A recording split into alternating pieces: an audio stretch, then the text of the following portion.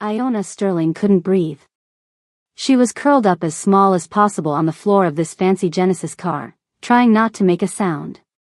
The smell of new leather and some expensive cologne filled her nose while she pressed her face into the carpet. Just outside, like, literally inches away, Madame Yun's designer heels were clicking on the concrete of the mansion's garage. Click. Click. Click. She couldn't have gone far, Madame Yun snapped. Check every car. I want that thief found. Now. Iona squeezed her eyes shut. The security guys were everywhere, opening and closing car doors, getting closer by the second. After 8 miserable months working in this house, it was all going to end with her in handcuffs, or worse. Someone yelled something in Korean from across the garage. The footsteps stopped for a moment. Then the driver's door opened right above her. Iona froze. Someone slid into the seat. The engine started up with a soft purr that vibrated through the floor. Through a tiny gap, she could see Madame Yun's red-bottomed shoes turn as she shouted at the security team. Then Iona looked up and caught a pair of dark eyes watching her in the rearview mirror. It was Jin Suk-bin, the master of the house. The man everyone whispered about. The man whose name made people in certain parts of LA go quiet. And he was staring right at her. But his face didn't change. He didn't look surprised or angry. He just looked at her. And then the car started moving. As they passed through the security gate, he finally spoke. His voice was quiet but firm. I'll protect you. 3 simple words that would flip her entire life upside down. If you've ever been trapped with someone who makes your life a living nightmare, you know that desperate feeling of needing to escape. This story might just show you what real courage looks like in the face of cruelty. Do me a favor and smash that subscribe button right now and let me know in the comments where you're watching from. Trust me, what happens in the next 30 seconds changes everything for Iona. Just 12 hours earlier, Iona had been polishing silver in the dining room, catching glimpses of herself in the spoons. 27 years old and wearing a stiff white uniform that made her feel like she was playing dress-up in someone else's life. You missed a spot. Iona didn't even jump anymore when Madame Yun appeared out of nowhere behind her. 8 months of this had trained that reflex right out of her system. Yes, madam. I'll go over it again. Madame Yun was wearing some designer outfit that probably cost more than Iona made in 3 months. Her hair was cut in this perfect bob that never moved, not even when she was yelling. And boy, could she yell. When you finish, the windows in the west hallway need cleaning. They're streaked. She made this little sniffing sound. I don't understand why Jean insists we keep American staff when they clearly don't understand proper standards. Iona let the insult roll off her back. She'd heard way worse, especially when Madame Yun had her fancy friends over and talked about Iona in Korean, thinking she couldn't understand a word. What Madame Yun didn't know was that Mrs. Park, the sweet old cook, had been teaching Iona Korean on the side. Not enough to speak it, but enough to understand when they were trashing her. 3 years of nursing school, 2 more working hospital shifts until her feet bled to pay for her mom's cancer treatments, and here she was, polishing rich people's silverware. But the pay was double what she'd make as a new nurse, and those medical bills weren't going to pay themselves. Miss Sterling. Iona looked up, surprised that Madame Yun was actually speaking directly to her for once. My diamond tennis bracelet is missing from my dressing room. Oh no. Iona felt her stomach drop. I haven't been in your dressing room today, madam. She carefully put down the spoon she'd been polishing. I've been working down here since breakfast. Yet somehow, it's gone. And you were seen on that floor this morning. I just delivered fresh towels to the linen closet, but I didn't. 15 carats. White diamonds. Platinum setting. Madame Yun stepped closer, her fancy perfume suddenly way too strong. Worth more than you would earn in 10 years. Quite a temptation for someone with money problems. A chill ran down Iona's spine. How did she know about the latest hospital bill? That collection notice had just arrived yesterday in her private P.O. box downtown. I would never steal from you or Mr. Bin, Iona said, standing straighter and looking Madame Yun in the eye, which she realized too late was a big mistake. Such disrespect. Madame Yun's voice got real quiet. I've put up with you because my husband thinks your work is acceptable. A mistake I now regret. She raised her voice and called out in Korean. Mr. Kong appeared in the doorway, looking like he always did, like he could break someone in half without messing up his suit. Everyone in the house knew to stay out of his way. The staff whispered about his military background and the things he'd done for the family business. Search her room, Madame Yun ordered in English, obviously wanting Iona to understand every word. And then search her. Thoroughly. Mr. Kong just nodded once. I'll call the police when you find it, Madame Yun continued. Theft over $50,000 is grand larceny in California. That's a felony, I believe. Iona felt like someone had punched her in the chest. A felony would end everything. No nursing license, no hospital job, no future. Period. Madame Yun, please, I didn't. Take her to the security office while they search. Madame Yun turned away like Iona had already disappeared. I have guests at 7, and I won't have this mess disturbing dinner. Mr. Kong stepped forward. Iona knew exactly what the security office meant, a windowless room in the basement with soundproofed walls. She'd brought food there once when they were questioning some poor delivery guy who showed up without the right ID. Can I use the bathroom first? She asked, keeping her voice steady. Mr. Kong hesitated, then nodded. Make it quick. Iona walked to the staff bathroom near the kitchen, being careful not to move too fast. Her mind was racing through options, each one worse than the last. The mansion had cameras everywhere. Except for one spot. The service entrance to the garage had been under repair for 2 days, with the security camera temporarily out. She'd heard Mr. Kong complaining about the contractor's delays that very morning. In the bathroom, Iona splashed cold water on her face and looked in the mirror. The woman staring back didn't even look like her anymore, eyes wide with fear, shoulders all tensed up. This wasn't her life. This wasn't what she'd fought so hard for. That's when she made up her mind. She took a deep breath, stepped out of the bathroom, and instead of heading to the security office, she turned toward the kitchen's back hallway. Mr. Kong was talking into his radio with his back turned.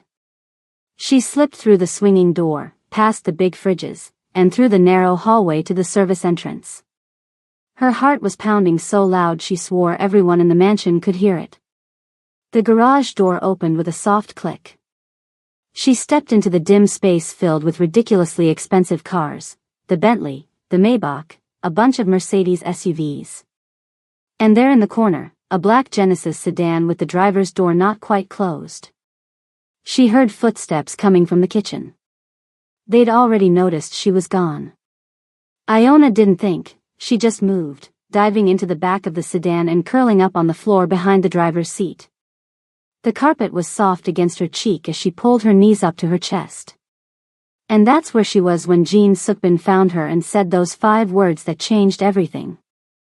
The car smoothly left Bel Air behind, cruising past all those massive houses into Beverly Hills. Iona stayed frozen on the floor, not sure if she should sit up or stay hidden. Then he made the decision for her. You can sit up now, Jin Sukbin said, his eyes finding hers in the mirror again. No one's following us.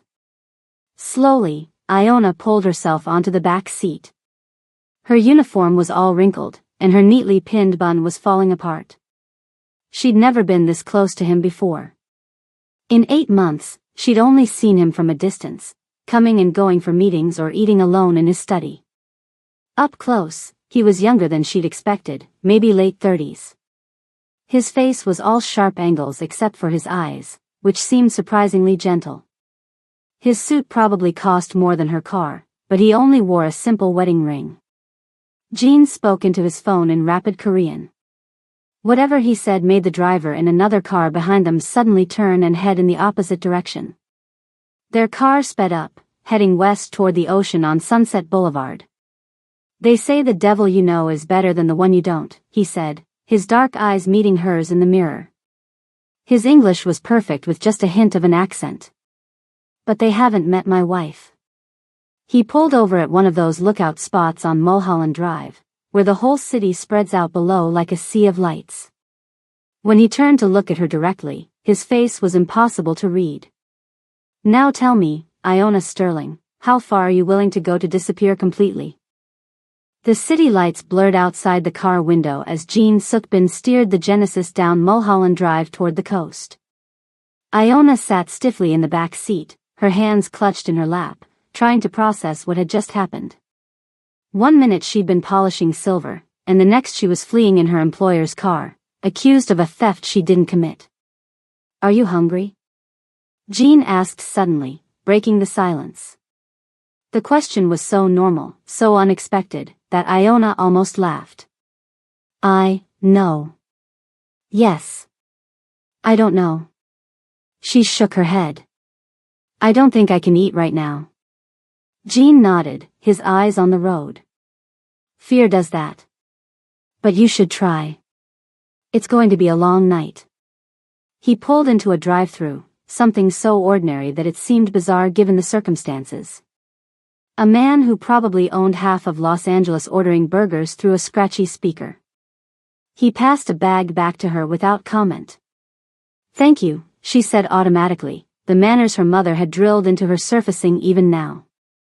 "You're wondering if you made a mistake," Jean said as they merged onto the Pacific Coast Highway, the ocean a dark void to their right. "If jumping into my car was worse than facing my wife." Iona unwrapped the burger slowly. "The thought crossed my mind. Smart. You should be cautious." He adjusted the rearview mirror so he could see her better. "You know what people say about me?" "Some of it." Iona took a small bite, suddenly realizing how hungry she actually was. "The staff talks." "And what do they say?" "That your shipping company is just the surface. That you handle things for people who can't go to the police. That you're connected." Jin's mouth curved slightly. "Connected. That's a polite way of putting it." He drove in silence for a while, the highway emptying as they headed north along the coastline. The mansions grew more spaced out, hidden behind high walls and security gates. "My father came to America in 1980, Jean said suddenly. He had nothing but determination. He built legitimate businesses, shipping, import-export, real estate. But in Koreatown back then, you needed protection. The police wouldn't help Korean immigrants. So we protected ourselves." Iona listened, understanding the unspoken parts of his story. "Now we're respectable. Most of my businesses are completely legitimate. I sit on charity boards. I donate to political campaigns." He glanced at her in the mirror. "But some problems still can't be solved through official channels." "And your wife?" Iona asked cautiously. "Where does she fit in?" His knuckles whitened slightly on the steering wheel. "Marriages in my world are rarely about love. The Yun family controls shipping routes I needed. My family offered the legitimacy and American connections they wanted." His voice was matter-of-fact. "It was a business arrangement." "That sounds lonely," Iona said before she could stop herself. Jin's eyes met hers in the mirror again, something flickering in them she couldn't read. "Yes. It is." The car turned off the highway onto a narrow road winding up into the Malibu hills. After a series of switchbacks, they approached a gate nestled between tall hedges. Jean rolled down his window and placed his hand on a scanner. The gate slid open silently. "Welcome to my actual home," he said as they pulled into a circular driveway. The house was nothing like the mansion in Bel Air. It was modern but warm, glass and wood perched on the cliff edge with the Pacific spread out below. No ostentatious columns or marble statues, just clean lines and warm lighting. No one knows about this place except my most trusted people, Jean explained as he led her inside. Not even my wife. The interior was even more beautiful, open and airy with a huge stone fireplace and floor-to-ceiling windows showcasing the ocean view. Art pieces that looked genuinely valuable hung on the walls, not the gaudy reproductions Madame Yun favored. You'll be safe here tonight, Jean said, leading her to the kitchen. He opened the refrigerator, which was fully stocked. Make yourself comfortable. The guest room is down that hall, first door on the right. There are clothes in the closet that should fit. Iona stood awkwardly in the center of the kitchen, suddenly aware of her wrinkled uniform and messy hair. Mr. Bin. Jean, he corrected, pouring 2 glasses of water. Jean, she repeated, the familiarity feeling strange on her tongue. Why are you helping me? You must know I didn't take that bracelet. He handed her a glass. Of course I know. My wife misplaced it last week. It's in her jewelry safe in our Tokyo apartment. Iona nearly choked. Then why would she? Because she wanted you gone, Jean said simply. And my wife is used to getting what she wants. But why me? There are a dozen staff members at the house. Jean leaned against the counter, studying her with those unreadable eyes. Because you're different. You don't cower. You look people in the eye. And he hesitated, because you've been learning Korean. It was Iona's turn to be surprised. You knew about that? Mrs. Park mentioned it. My wife also noticed. She doesn't like the idea of you understanding what she says when she thinks you can't. Iona set her glass down carefully. So what happens now? The police will be looking for me. No, they won't, Jean said confidently. By morning, the bracelet will have been found in the garden. A simple misunderstanding. Just like that? Just like that. He pushed himself away from the counter. But that still leaves us with the problem of you. Me? You can't go back to the house. My wife won't stop. The next accusation might be more difficult to disprove. Iona felt a chill despite the warm room. What am I supposed to do? I can't just disappear. She stopped herself.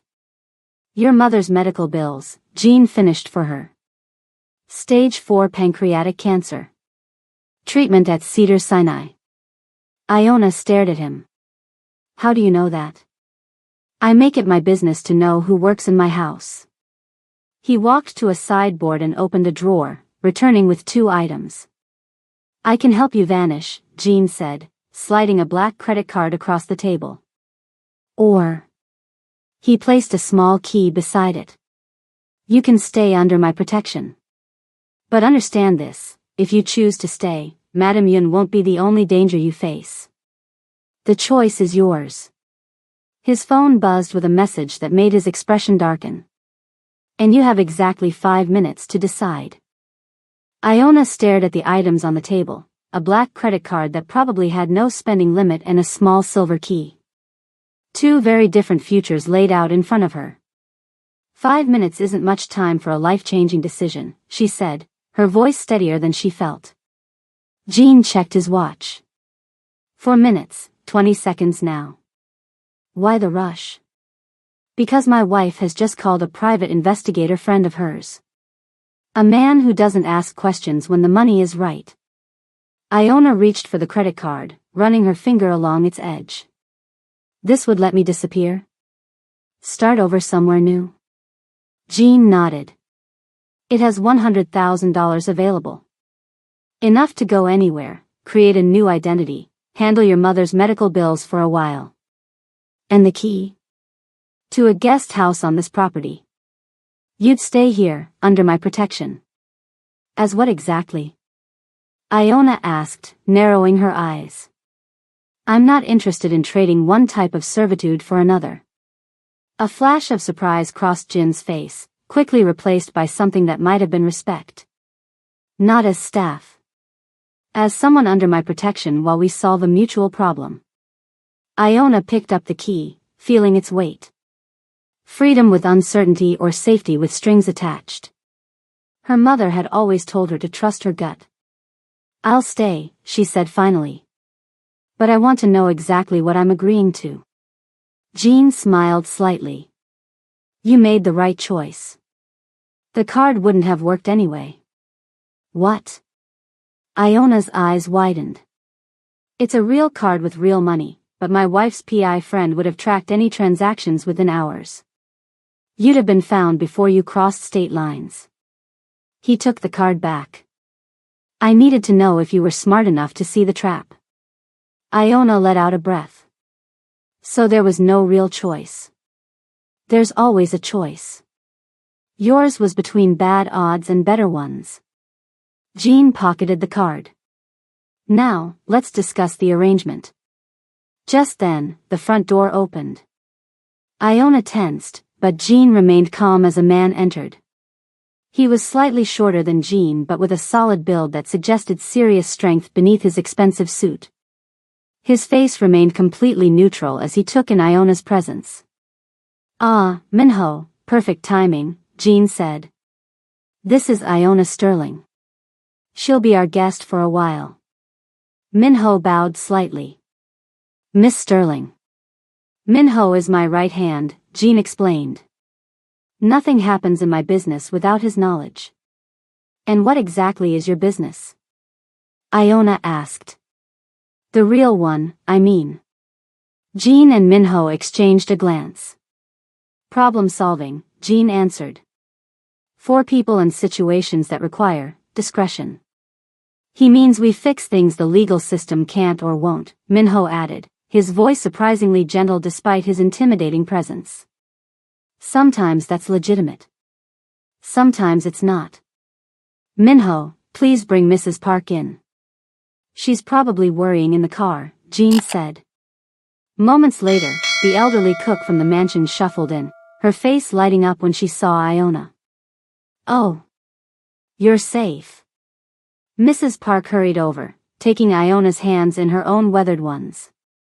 "When I heard what happened, I was so worried." "Mrs. Park has agreed to stay here as well," Jean explained. "Since she's been teaching you Korean, you can continue your lessons. And cook proper meals for you," Mrs. Park added. "You're too skinny from all that running around the mansion." Iona felt tears prick at her eyes, the first familiar face, the first genuine warmth she'd felt since this nightmare began. "Thank you for coming. Minho will show you both to your quarters," Jean said. "We'll talk more in the morning." The guest house was attached to the main building by a covered walkway. Though smaller than Jin's house, it was still luxurious: 2 bedrooms, a living area, and a kitchen that made Iona's old apartment look like a closet. Floor-to-ceiling windows showcased the same breathtaking ocean view. After Mrs. Park had fussed over her and finally gone to bed, Iona stood at the window, watching waves crash against the cliffs below. The place was beautiful, but she couldn't shake the feeling of being in a gilded cage. No matter how soft the sheets or how stunning the view, she was still trapped. She couldn't sleep. Around midnight, she wandered into the kitchen to make tea. As the water heated, memories of the life she'd left behind washed over her. 3 years earlier. "The test results aren't good, Miss Sterling." The doctor's face was professionally sympathetic as he showed Iona's mother the scan images. "The cancer has spread to the liver." Iona gripped her mother's hand. At 49, Diane Sterling looked 20 years older, her body ravaged by the disease. "What are our options?" Iona asked, because her mother couldn't. "There's an experimental treatment program. It shows promise for cases like your mother's, but..." He hesitated. "It's not covered by insurance," Iona finished for him. "Unfortunately, no. The out-of-pocket cost is substantial." Later that night, Iona sat at their small kitchen table, surrounded by bills and student loan statements. 2 years left in nursing school. No way to work full-time and finish her degree. Her mother sleeping in the next room, unaware that Iona was about to drop out. The job listing had appeared in her email that same night. Private household staff for an affluent family. Requirements: discretion, willingness to live on site, no criminal record. Salary: 3 times what she'd make as a nursing assistant. It seemed like fate. Or a devil's bargain.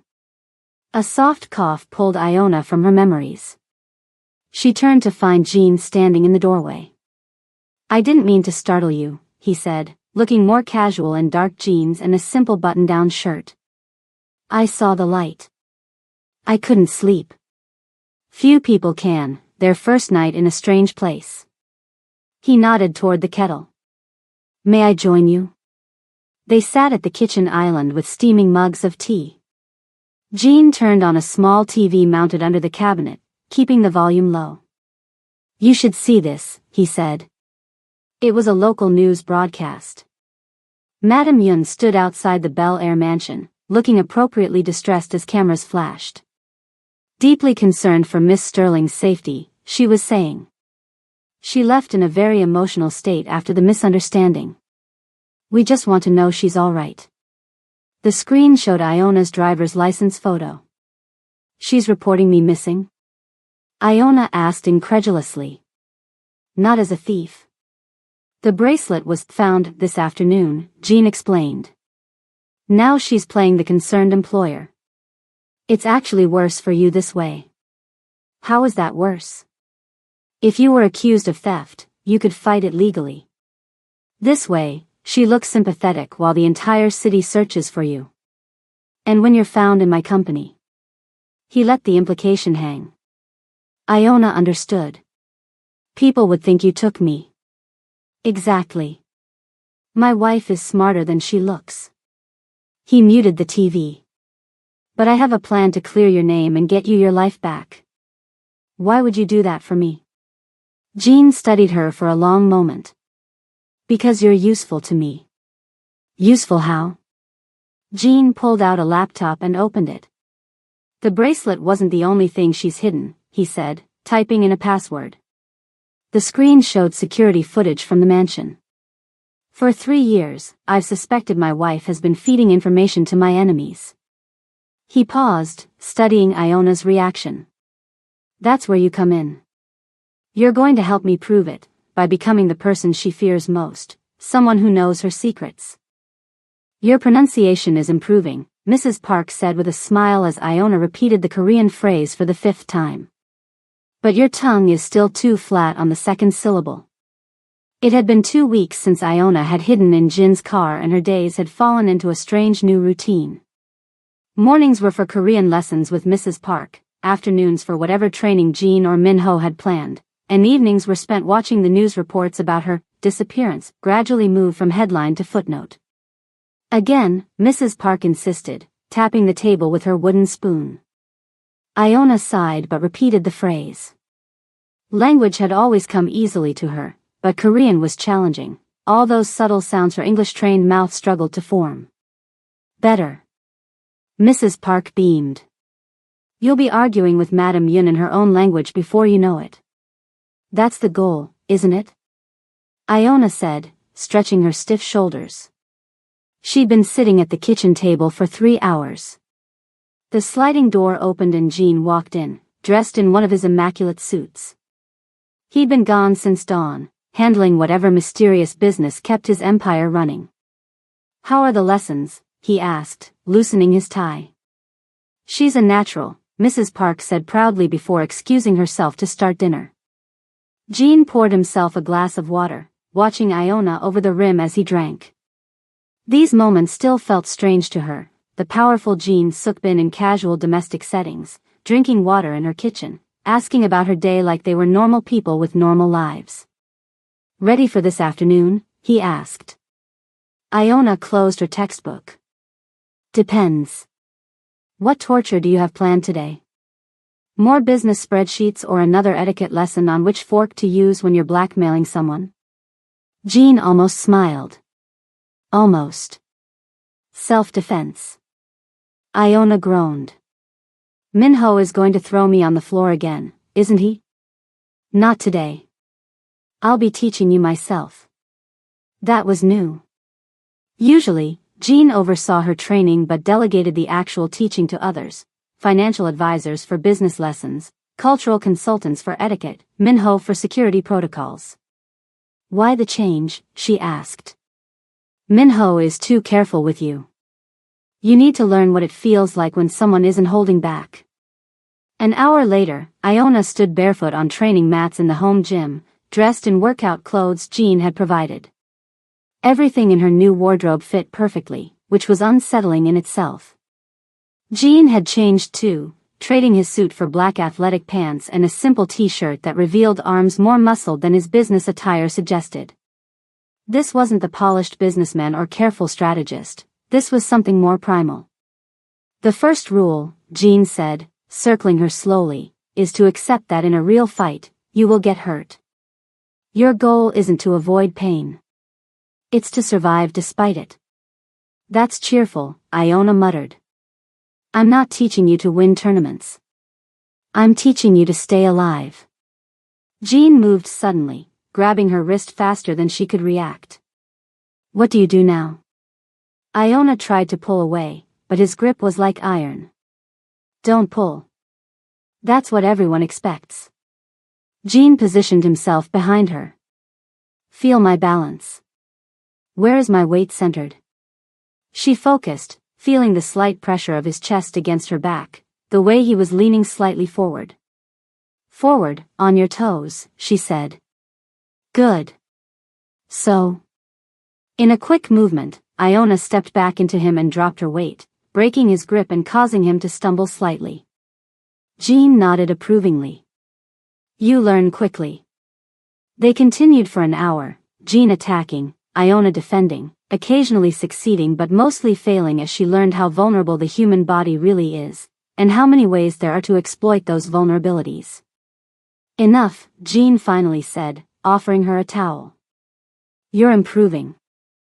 Iona wiped sweat from her face, wincing at the developing bruise on her forearm. Is this really necessary? I thought I was here to help you catch your wife passing information, not get into street fights. Jin's expression darkened. My wife isn't the only threat. The people she's working with wouldn't hesitate to use you once they discover your connection to me. And what exactly is my connection to you, Jean? Iona asked directly. Am I your employee? Your prisoner? Your, what? The question hung in the air between them. Jean stepped closer, close enough that she could smell his cologne mixed with the clean sweat from their training. You're under my protection, he said simply. For now, that's all that matters. Later that evening, Iona sat in Jin's office, watching him work. This had become part of her education too, observing how he handled business calls, learning the structure of his legitimate operations and getting glimpses of the not-so-legitimate ones. Jean spoke in rapid Korean to someone on the phone, his tone firm but controlled. From the bits she could understand, someone had failed to deliver something on time, and Jean was not pleased. When he hung up, she asked, what happens to people who disappoint you? Jean glanced up. They get a second chance. Not a third. And what does that mean exactly? It means whatever they imagine it means. Jean leaned back in his chair. Fear of consequences is often more effective than the consequences themselves. That's not very reassuring. I'm not trying to reassure you, Iona. I'm trying to prepare you. He gestured to the wall of monitors showing news feeds and security cameras. My wife has hired 3 different private investigators to find you. The story has gone national. Your face is on every major network. One screen showed Madame Yun at a press conference, dabbing at crocodile tears. We just want to know she's safe, she was saying. Iona was like family. Iona snorted. Family she accused of theft and threatened to have searched by security. She's playing the concerned employer perfectly, Jean said. Meanwhile, she's offered a $50,000 reward for information on your whereabouts. That's a lot of money. It's nothing to her. But it means every bounty hunter and glory seeker in California is looking for you. Jean turned to face her fully. Which is why your education needs to accelerate. Tomorrow, you're coming with me to a meeting. What kind of meeting? The kind where you'll see what I really do. The restaurant was in downtown Los Angeles, an upscale Korean place called Hanseong that occupied the top floor of a skyscraper Jean apparently owned. Iona sat at a private table in the corner, dressed in designer clothes she still wasn't comfortable wearing, watching Jean across the room. He was meeting with 3 older Korean men, their conversation too quiet and distant for her to hear. Minho stood beside her, vigilant as always. Who are they? Iona asked softly. Community leaders, Minho answered. They come to Jean when they have problems the police can't solve. What kind of problems? Today? Protection money demands from a new gang targeting Korean businesses. Last month? A senator threatening to block permits for businesses in Koreatown unless they contributed to his campaign. And Jean fixes these problems? Minho's face remained impassive. Mr. Bin ensures balance. Iona watched as one of the men slid an envelope across the table. Jean didn't touch it, just nodded slightly. Is that a payment? She asked. A list of businesses being targeted, Minho corrected. Mr. Bin doesn't take money for community matters. But he does for other things. Minho finally looked at her directly. Everyone pays for protection, Iona. Some with money, some with loyalty, some with services. You're paying with your help against Madame Yun. There's always a price. The meeting concluded, and Jean walked over to their table, the envelope now in his inner pocket. Did you learn anything? He asked her. That you're more complicated than you seem. Jean almost smiled. Good observation. Let's go, we have another stop. That stop turned out to be a small convenience store in Koreatown. The elderly owner bowed deeply when Jean entered. They spoke briefly in Korean, the man gesturing to security cameras mounted near the register. Jean turned to Iona. Mr. Choi's store was robbed last week. The police took a report but said there wasn't enough evidence to pursue it. So you're going to find who did it? Iona asked. Minho already has, Jean said. Now we're ensuring it doesn't happen again. As they left, Iona noticed 3 hard-looking men arrive in a black SUV, entering the store after them. She didn't ask what they were going to do. Back in the car, Jean was quiet, reviewing something on his phone. You protect them, Iona said finally. The Korean community. Someone has to, Jean replied without looking up. When my father came to America, he learned quickly that immigrants need to create their own justice. Is that what you're doing? Justice? Jean finally met her eyes. I'm doing what's necessary. Days turned into weeks. Iona's Korean improved rapidly. She learned about Jin's businesses, shipping, real estate, technology investments. She studied Madame Yun's patterns, preparing for whatever role Jean was grooming her for. And every day, the connection between them grew more complex. He was still mysterious, still dangerous, but she'd glimpsed moments of genuine kindness, even vulnerability. One night, unable to sleep, Iona wandered into the main house. Jean often worked late, and she'd taken to keeping him company, asking questions about his operations or just sitting in comfortable silence. His office door was ajar, but he wasn't at his desk. Instead, a folder lay open, papers spread across the surface. She should have walked away. Instead, curiosity pulled her forward. The files were about the gang targeting Korean businesses. Photos, addresses, criminal records. Jean was thorough. She was about to leave when another folder caught her eye. It had her name on it. She hesitated only briefly before opening it. Inside was a complete history of her life, employment records, medical history, financial statements. And photographs. So many photographs. Iona walking to nursing school. Iona visiting her mother in the hospital. Iona applying for the job at the mansion. Some of the photos dated back 2 years, long before she'd ever worked for the bins. One photograph slipped from the folder, Iona at her mother's hospital bedside 2 years ago. "You've been watching me for years," she whispered, backing away as she heard Jin's footsteps approaching. "This wasn't chance. You planned all of this." Jin stood in the doorway, his face unreadable as he saw the open folder. "There are no coincidences in my world, Iona," he said quietly. "The question isn't why I chose you." His eyes burned into hers. "The question is why my wife is so determined to destroy you specifically." Iona stood frozen, the photograph still clutched in her trembling hand. The woman in the hospital bed, her mother, looked so frail, so small against the white sheets. And the date stamp in the corner was unmistakable, 2 years ago, long before Iona had ever set foot in the Bin mansion. "How long have you been watching me?" she asked, her voice barely above a whisper. Jin stepped fully into the office, closing the door behind him with a soft click. "Sit down, Iona." "I don't want to sit down," she said, anger rising through her confusion. "I want answers. Why do you have pictures of my mother?" Jin's expression softened slightly.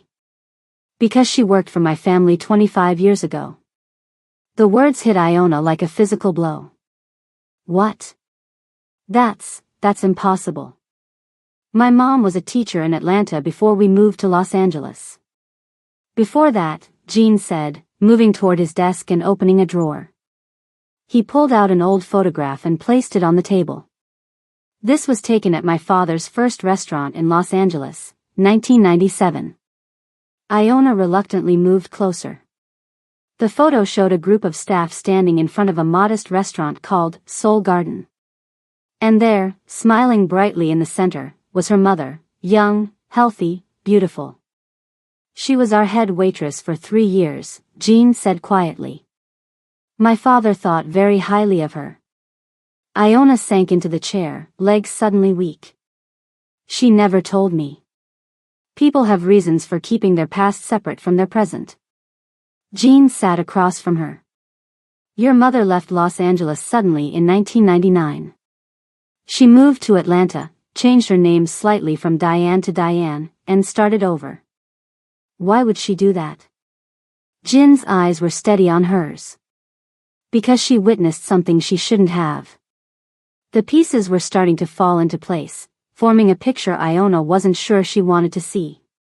"What did she witness?" she asked, though part of her already knew. "My father protecting his business from people who wanted to destroy it." Jin's voice was matter-of-fact. It was a different time. The police wouldn't help Korean business owners. We had to defend ourselves. "You mean, violence?" Jin didn't flinch from the word. "Yes." Iona tried to process this. Her gentle, loving mother had once been part of this world, had seen things dark enough to make her flee across the country and build a new life. "She was never in danger," Jin continued. "My father made sure of that. He helped her relocate, gave her money to start over. If this is true, why would I end up working for your family again? That's too big a coincidence." Jin's gaze didn't waver. It wasn't a coincidence. The truth dawned on her slowly, like ice water seeping through her veins. "You arranged it," she whispered. "Somehow, you made sure I got that job offer." "Yes." "Why?" "Why would you?" She stopped as another realization hit her. "Your wife. You said she's determined to destroy me specifically. She knows who I am, doesn't she?" Jin nodded once. "She discovered the connection about 8 months ago. Shortly after you started working at the mansion. That's why she hated me from the start," Iona said, remembering all the little cruelties, the pointed comments, the impossible standards. "But why would she care about something that happened before she even knew you?" "Because Salman is obsessed with erasing anything connected to my family's past," Jin explained. "She's been systematically removing anyone who knew my father, anyone who remembers the early days. She wants our history to begin with her." Iona stood up, needing to move, to process. So I was what, bait? A test to see how far she'd go? Jean rose as well. Initially, yes. I needed to understand what she was planning. But then? Then what? Iona demanded. Then I got to know you, he said simply. And I realized you deserved better than being a pawn in this game. Iona laughed bitterly. Yet here I am, still a pawn. Just one who knows she's on the board now. Iona. No. She stepped back. All this time, the training, the lessons, the protection, it wasn't because you cared. It was because I'm useful in whatever war you're fighting with your wife. Jean moved toward her, stopping when she backed away further. It started that way, he admitted. But things change. People change. Save it, she snapped. I'm leaving. Tonight. I'd rather take my chances with the bounty hunters than keep being your project. She turned toward the door, but Jin's next words stopped her. Your mother's cancer treatment isn't standard. His voice was quiet. The experimental drug protocol she's receiving at Cedars-Sinai, it's not available to the public yet. Iona turned slowly. What are you saying? I arranged it, Jean said. When I found you 2 years ago, your mother had been given 6 months to live. I made some calls, pulled some strings. You're lying, she whispered, but she knew he wasn't. The miraculous acceptance into the trial program, the way her mother had stabilized when the doctors had given up hope. Check her medical records, Jean challenged. The name of the doctor who referred her, Dr. Park. He's my cousin. The room seemed to spin around her. Everything she thought she knew about her life, her mother, her choices, all of it built on secrets and manipulations. Why? She asked, her voice breaking. Why go to all that trouble for a stranger? Something flickered in Jin's eyes, regret, maybe, or something deeper. Because I owed your mother a debt. My father's debt. When she left, he promised to watch over her, to make sure she was taken care of. When he died 10 years ago, that responsibility passed to me. Iona pressed her hands against her temples, trying to hold herself together. So that's all I am to you? A responsibility? An obligation? Jean closed the distance between them, his movement so swift and sure that she didn't have time to back away. His hands gripped her shoulders, not roughly but firmly enough that she couldn't look away from the intensity in his eyes. You were an obligation, he said, his voice low and charged with emotion she hadn't heard from him before. Until you weren't. Until you became someone I. He stopped abruptly, releasing her and stepping back as if catching himself. Until I became what? Iona pressed, heart pounding. Jin's face closed off again, the brief glimpse of vulnerability vanishing. Someone I respect, he finished, his tone controlled once more. Someone who deserves the truth, not just protection. The moment stretched between them, taut with all the things unsaid. Iona wasn't sure if she wanted to slap him or something else entirely. I know you can feel the tension building. This is where most stories would take the predictable route, but what happens next changed everything for Iona. If you're invested in this journey and want to see how deep this conspiracy goes, hit that subscribe button right now. Drop your city in the comments because I want to know where my loyal listeners are from. Now, let's get back to the moment that turns this entire story on its head. The security alarm shattered the silence between them. Red lights flashed throughout the house as monitors in Jin's office switched to exterior camera feeds. 3 black SUVs had pulled up outside the gate, men in tactical gear spilling out. How did they find us? Iona asked, momentarily forgetting her anger in the face of immediate danger. Jean was already moving, pulling open a hidden panel in the wall to reveal an arsenal of weapons. They've been watching Minho, he said, checking a handgun before tucking it into his waistband. He must have been followed here. As if summoned by his name, Minho burst into the office, his usually impeccable appearance disheveled, a thin line of blood trickling from his temple. 6 men at the gate, for coming around the cliffside, he reported. Professional. Military-grade equipment. Jean nodded once. Get Mrs. Park to the panic room. Then take position in the East Hall. Minho's eyes darted to Iona. And Miss Sterling? She stays with me, Jean said, his tone leaving no room for argument. After Minho left, Jean handed Iona a small pistol. Remember what I taught you. Point and squeeze. Don't hesitate. The weight of the gun was unfamiliar, terrifying. Jean, I can't. You won't have to, he said firmly. But having it is better than not having it. He led her through the house toward a reinforced room at the back, but they never made it. The sound of breaking glass came from somewhere near the kitchen, followed by the heavy thud of boots on tile. Jean pushed Iona behind him just as 2 men in black tactical gear rounded the corner. They raised their weapons, but Jean was faster. He moved with a lethal grace Iona had never seen before, closing the distance before they could fire. What happened next was almost too fast to follow. Jean struck the first man in the throat, grabbed his arm as he choked, and used him as a shield while disarming the second man. Both attackers were unconscious on the floor within seconds, without a single shot fired. Stay close, Jean ordered, his voice colder and harder than she'd ever heard it. They moved through the house like shadows, Jean dispatching another intruder with the same efficient brutality. This wasn't the businessman Iona had come to know, this was someone else entirely, someone who had lived with violence so long it had become second nature. A burst of gunfire from another part of the house made Iona flinch. Jean pushed her into an alcove, shielding her with his body. Minho, he murmured, listening intently. The gunfire stopped, followed by silence. They had almost reached the panic room when a final attacker appeared, this one smarter than the others. Instead of rushing Jean, he kept his distance, weapon raised. Mrs. Ben sends her regards, the man said in accented English. Jin's face hardened. My wife doesn't have the courage to come herself? She doesn't need courage when she has money, the man replied with a cold smile. He shifted his aim slightly, toward Iona. What happened next seemed to unfold in slow motion. Jean lunged forward just as the man fired.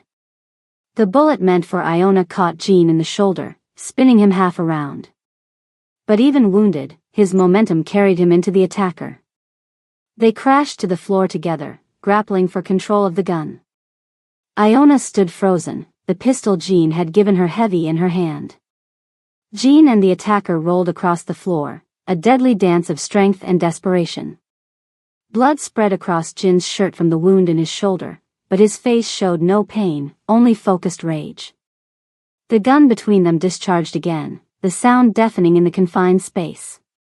For a terrible moment, Iona couldn't tell who had been hit. Then Jean rose slowly to his feet, leaving the attacker motionless on the floor. He stumbled slightly, pressing his hand against his bleeding shoulder. Are you okay? Iona asked, rushing to his side. It's nothing, he said, though his face had gone pale. We need to move. There might be more. They made it to the panic room where Mrs. Park was already waiting, her eyes wide with fear. Minho joined them minutes later, confirming that all intruders had been neutralized. Jean sank into a chair, finally allowing Mrs. Park to examine his wound. The bullet went through clean, she said after cutting away his shirt. But you need a doctor. Not yet, Jean said, grimacing as she cleaned the wound. Not until I'm sure it's safe. Iona watched him, this man who had manipulated her life but had also just taken a bullet to protect her. Nothing was simple anymore, not her anger, not her gratitude, not the complicated feelings swirling inside her. Why would she do this? Iona asked finally. Sending armed men to a home she doesn't even know about. It's too extreme, even for her. Jin's eyes met hers, sharp despite his pain. Because she's making her move. This isn't just about you anymore. What do you mean? Blood trickled from the cut on Jin's forehead as he barricaded the door. They weren't just trying to find you, he said, checking his gun. They came to kill me. Which means only one thing. The window shattered as a black SUV screeched into the driveway. My wife just made her move against the family. And we're the only ones who can stop her. We need to move. Now. Jin's voice was tight with pain as Minho finished wrapping his shoulder with a makeshift bandage. This location is compromised. Iona watched the security monitors in the panic room, showing more black SUVs approaching in the distance. There are more coming. Of course there are, Jin muttered. He tapped a code into a keypad on the wall, revealing a hidden door. This leads to a tunnel that connects to the garage underneath. There's a car waiting. Mrs. Park gathered a few essentials while Minho collected weapons. Iona helped Jin to his feet, supporting his injured side. You're bleeding through the bandage, she said quietly. It can wait. His face was pale but determined. The tunnel was narrow and dimly lit, sloping downward into the cliff face. They emerged into a secondary garage Iona hadn't known existed, where an unmarked black sedan waited. Minho took the wheel with Mrs. Park beside him. Jin and Iona climbed into the back. As they drove through a hidden exit that emerged half a mile down the hill, Iona looked back to see flames beginning to lick at the edges of the beautiful house. Someone had set it on fire. They're destroying everything, she whispered. Things can be replaced, Jin said, his eyes on the road ahead. People can't. They drove in tense silence for nearly an hour, taking back roads and switching cars twice in underground parking garages. Jin made several calls in Korean, his voice growing weaker but his instructions still precise and commanding. Where are we going? Iona finally asked as they headed east, away from the city. Somewhere even my wife doesn't know about, Jin replied. The only truly safe place left.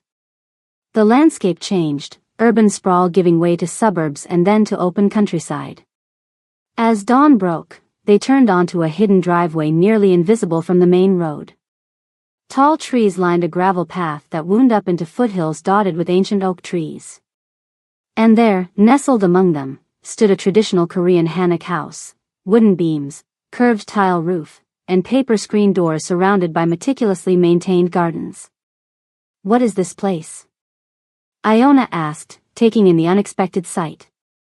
My grandfather's home, Jin said as Minho helped him from the car. The heart of our family. Servants appeared silently, helping Mrs. Park with her bags and supporting Jin toward the main house. As they approached, the front door slid open to reveal an elderly man leaning on a wooden cane. Despite his age, Iona guessed at least 80, he stood straight, his presence commanding respect. Jin bowed deeply despite his injury. Harabiaji, he said softly. Grandfather. The old man's stern face softened slightly. He spoke rapidly in Korean, gesturing at Jin's bloody shirt. I'm fine, Jin assured him in English, clearly for Iona's benefit. But we need shelter. The Malibu house has been compromised. The old man's sharp eyes turned to Iona, assessing her with an intensity that reminded her instantly of Jin. So this is Diane's daughter, he said, his English perfect but heavily accented. You have your mother's eyes. Iona blinked in surprise. You knew my mother? Of course. He gestured them inside. I know everyone who has ever mattered to this family. Jin's wound was properly treated by a doctor who arrived discreetly and asked no questions. Iona was given a beautiful room overlooking a koi pond, where she showered and changed into clothes that had somehow been provided in exactly her size. By late afternoon, she joined Jin and his grandfather in a large sitting room. Jin looked better, his color returning though he moved carefully to protect his injured shoulder. Please, sit, the old man, who had introduced himself simply as Mr. Bin, gestured to a cushion beside a low table where tea had been prepared. Iona sat awkwardly, trying to remember the proper etiquette Minho had taught her. Mr. Bin noticed her discomfort and smiled slightly. We need not stand on ceremony when survival is at stake, he said. My grandson tells me you have questions. About 100, Iona admitted. The old man nodded. And you deserve answers. But first, he turned to Jean and spoke in rapid Korean. Jean replied respectfully, bowing his head slightly at whatever his grandfather had said. My grandfather wishes you to understand who we are, Jean translated, before you judge what we do. Mr. Bin sipped his tea. Our family came to America in 1975, after the war. We had nothing, no money, no connections, no language. What we did have was determination and honor. He gestured around the room, where Iona noticed for the first time old photographs hanging on the walls, showing what must have been Jin's parents and grandparents in front of a small grocery store, then a restaurant, then various other businesses. We built everything from nothing, Mr. Bin continued. But we faced obstacles. The police would not protect Korean businesses. Banks would not lend to us. So we protected ourselves. We created our own systems. You became what people needed, Iona said, understanding dawning. The old man nodded, pleased. Precisely. Not just money lenders or security, but justice when the American system failed our community. Jean sat quietly, letting his grandfather tell their story. His usual commanding presence softened in the old man's company. And my mother? Iona asked. How does she fit into this? Mr. Bin's eyes grew distant with memory. Diane was special. She worked in our first successful restaurant while studying at university. She was family to us. Until she witnessed something unfortunate. She saw someone get hurt, Iona guessed. She saw justice being delivered, Mr. Bin corrected gently. But it frightened her. She was not raised in our world. So we helped her leave, start a new life. And now Salmon, Madam Yun, is trying to erase that past? Iona asked, looking at Jean. Jean nodded, his expression hardening. My wife comes from a rival family in Seoul. Our marriage was arranged to bring peace between our organizations. But it seems she had other plans all along. Mr. Bin set down his teacup with a sharp click. She has been selling our information to her family for years. Business details, security protocols, names of our allies. But now, he looked at Jean, she has gone too far. The attack tonight wasn't just about finding me, was it? Iona asked. No, Jean said grimly. It was an assassination attempt. The first step in a complete takeover of our family's interests. But why now? What changed? Jean and his grandfather exchanged a look. Tomorrow is the anniversary of my father's death, Jean explained. By tradition, I will formally present the next generation of leadership to our extended family and business partners. It's symbolic, but important. And with you dead before the ceremony, the power vacuum would allow Salmon's family to step in, Iona realized. With Salmon herself as the grieving widow controlling my assets, Jean added. The pieces were falling into place, a complex puzzle of power, tradition, and betrayal. Iona looked around the room at the family photographs, seeing Jean evolve from a serious child to a young man standing proudly beside his father. This wasn't just business to him, it was legacy, identity, purpose. So what happens now? She asked. Now we prepare, Mr. Bin said, straightening his shoulders. The ceremony will proceed as planned. We will show strength, not fear. Jean frowned. Harabiaji, it's too dangerous. Salmon will expect us to continue with the ceremony. She'll be planning another attack. Of course she will, the old man said with unexpected steel in his voice. And we will be ready for it. Their conversation shifted into Korean, becoming more heated. Iona could follow parts of it, Jean arguing for caution, his grandfather insisting on tradition and honor.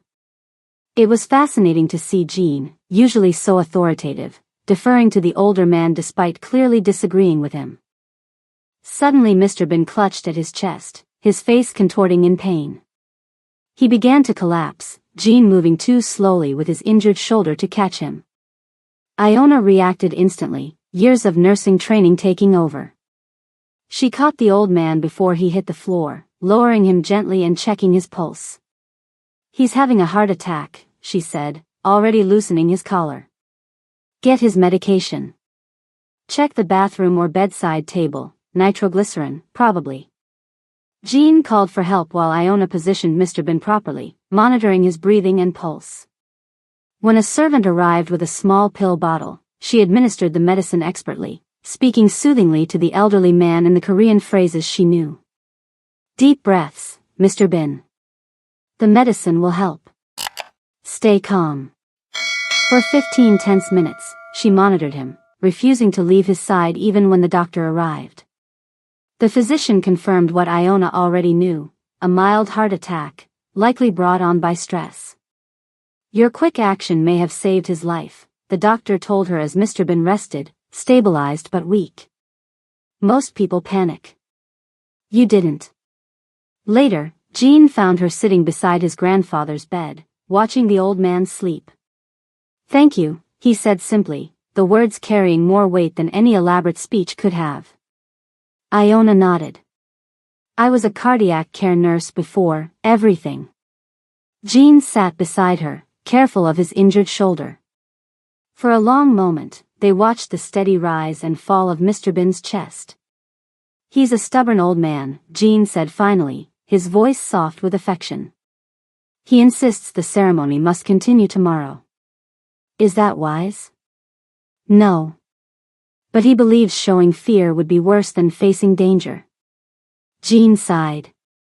"In our world, reputation is everything. If we hide, we appear weak. If we appear weak, we become targets." Iona studied Jin's profile in the dim light. "You really respect him, don't you?" "He raised me after my father died," Jean said. "Everything I know about honor, about duty, about protecting what matters, it came from him." Something had changed between them, Iona realized. The lies and manipulations that had brought them together seemed less important now, overshadowed by the very real dangers they faced together. "The doctor says he'll recover," she said. "But he needs rest and minimal stress." Jean nodded. "Which he won't get if he attends the ceremony." He looked at her directly. "I need your help, Iona." "With what?" "With convincing him to stay here, protected, while I handle the ceremony." Jean took her hand, his touch surprisingly gentle. "He listens to you. He respects what you did today." Iona considered the request. "And what about me? Will I be attending this ceremony too?" Jean hesitated. "That's your choice. I promised you protection, but I can't guarantee your safety if you come with me tomorrow. Salmon will have planned carefully. It will be dangerous. And if I choose not to go? Then you'll stay here, protected by our most trusted security. After I deal with Salmon, you'll be free to go wherever you wish. Your mother's care will continue to be provided for, regardless of your decision." Iona studied his face, trying to read the emotions behind his careful expression. "You'd let me go? Just like that?" "I never wanted a prisoner, Iona," Jean said quietly. "Only an ally." The word hung between them, ally, not employee, or asset or obligation. It suggested partnership, mutual respect, choice. Before she could respond, a weak voice called from the bed. Mr. Bin was awake, gesturing for them to come closer. "No secrets," he said, his voice thin but determined. "Not in this room." Jean helped his grandfather sit up against the pillows. The old man's eyes were clear despite his pallor. "The ceremony tomorrow will force her hand," Jin's grandfather said, his weathered hands reaching for Iona's. "She will come for both of you." He pressed an antique jade pendant into her palm. "In our family, this is only given to those who carry our name and honor." His eyes shifted to his grandson.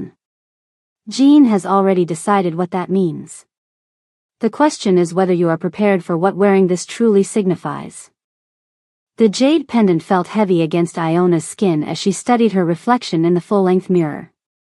The emerald green dress hugged her curves perfectly, elegant but not flashy, expensive but not ostentatious. Her hair was swept into a sophisticated updo, and subtle makeup enhanced her features. She hardly recognized herself. "Are you ready?" Jean appeared in the doorway behind her, devastatingly handsome in a perfectly tailored black suit. Iona touched the jade pendant resting at her collarbone. "I'm still not sure this is a good idea." Jean crossed the room to stand beside her. "It's the only way to end this," he said quietly. "Tonight, we force Salmon into the open. No more shadows, no more proxies." The plan had been carefully crafted over the last 24 hours. Mr. Bin had agreed to stay behind at the family home, protected by trusted guards, while Jean and Iona attended the annual Kim Foundation Charity Gala in downtown Los Angeles, a very public event where all of the city's elite would be watching. "Run me through it one more time," Iona said, needing the reassurance of the plan. Jean nodded. "We arrived together. People will recognize you from the news reports about your disappearance. I'll introduce you as my guest, which will create enough whispers to reach Salmon. She'll be there. She never misses a chance to be seen with the right people," Jean confirmed. "When she realizes you're wearing the family pendant, she'll lose it," Iona finished. "In public, where she can't afford to make a scene." "Exactly." Jin's eyes met hers in the mirror. Meanwhile, Minho will be releasing evidence to select guests about the falsified theft accusation and Salmon's connections to rival organizations. Iona turned to face him directly. "And if something goes wrong?" Jin's expression softened slightly as he reached up to adjust the pendant at her throat. His fingers brushed against her skin, sending an unexpected shiver down her spine. "That's why I asked if you were ready," he said. "You can still stay here, safe." Iona shook her head. "I made my choice when I accepted this." She touched the jade pendant. "I'm just nervous." "Good. Nervousness keeps you alert." Jin's hand lingered near her face for a moment before dropping away. "The car is waiting." The drive into Los Angeles felt surreal. After weeks of hiding, they were deliberately stepping into the spotlight. Iona watched the city lights blur past the window, her mind racing through all the ways tonight could go wrong. "Your heart is pounding," Jean observed from beside her. Iona glanced at him. "How can you tell?" "The pulse in your neck." His eyes drifted to the spot just above her collarbone. "It gives you away." She pressed her hand against her throat self-consciously. "I've never done anything like this before." "Few people have." Jin's voice was reassuring. "Just remember, in that room, you belong to me. No one will dare touch you." The possessive words should have bothered her, but instead they sent another unexpected shiver through her body. The lines between their arrangement and something deeper had been blurring more each day. The Kim Foundation Gala was being held at the Grand Wilshire Hotel, one of downtown's most prestigious venues. As their car pulled up to the entrance, camera flashes illuminated the red carpet where Los Angeles's wealthiest and most influential citizens posed and preened. "Ready?" Jean asked as the driver opened his door. Iona took a deep breath. "Ready." Jean stepped out first, buttoning his jacket before turning to offer his hand to Iona. The moment she emerged from the car, she felt the shift in the atmosphere, the subtle double takes, the whispered comments, the curious stares. She was the missing woman from the news, now appearing on the arm of one of the city's most powerful businessmen. Jean placed his hand at the small of her back, a steadying pressure as they walked the gauntlet of stairs and flashbulbs. He nodded politely to acquaintances but kept moving, guiding her into the hotel's grand ballroom where crystal chandeliers cast a warm glow over hundreds of elegantly dressed guests. "Mr. Bin." A middle-aged woman in an overly tight dress approached them immediately, her smile stretched unnaturally by too many procedures. "We didn't expect you tonight." And with a guest. Jean inclined his head politely. Mrs. Cho. May I introduce Iona Sterling? The woman's eyes widened in recognition. Sterling? But aren't you? The woman from the news reports. Iona finished for her, smiling calmly despite her racing heart. Yes, that's me. The reports of my disappearance were greatly exaggerated. Mrs. Cho glanced between them, clearly calculating the gossip value of this encounter. Well. How interesting. And where is Mrs. Bin tonight? My wife will be arriving separately, Jean said smoothly. Business kept her detained. As they moved away, Iona could practically feel the woman's eyes boring into her back. That went well, she murmured. It's just beginning, Jean replied. Salmon will have heard we're here within minutes. They circulated through the ballroom, Jean introducing Iona to various business associates and community leaders. With each introduction, the whispers grew, spreading through the crowd like ripples in a pond. Iona felt eyes following her everywhere, some curious, some judgmental, some calculating.